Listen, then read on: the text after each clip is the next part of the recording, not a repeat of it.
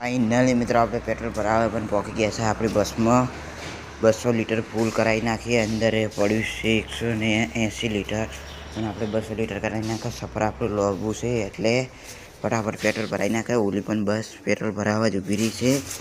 આપણે પણ પેટ્રોલ ભરાઈ નાખીએ.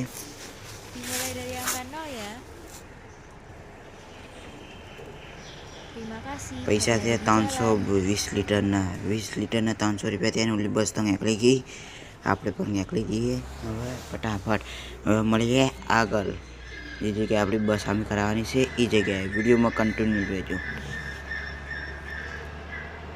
ફાઇનલી મિત્રો આપણે આપણી બસ તો અમે કરાવી નાખી છે ને હવે બહાર નીકળી જઈએ. પણ બહાર લંબુ ટ્રાફિક લાગ્યું છે. 2 ટ્રકો વચ્ચોવચ ઊભા રહ્યા છે.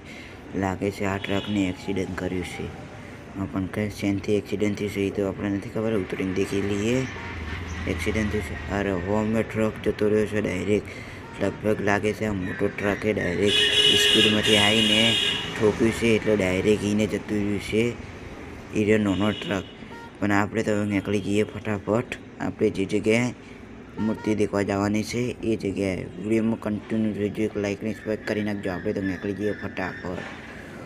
આ પણ ટ્રક કટ મારી નીકળી ગયો છે હવે એટલે ટ્રાફિક નહીં લાગે. પણ આગળ પણ ટ્રાફિક લાગ્યું છે.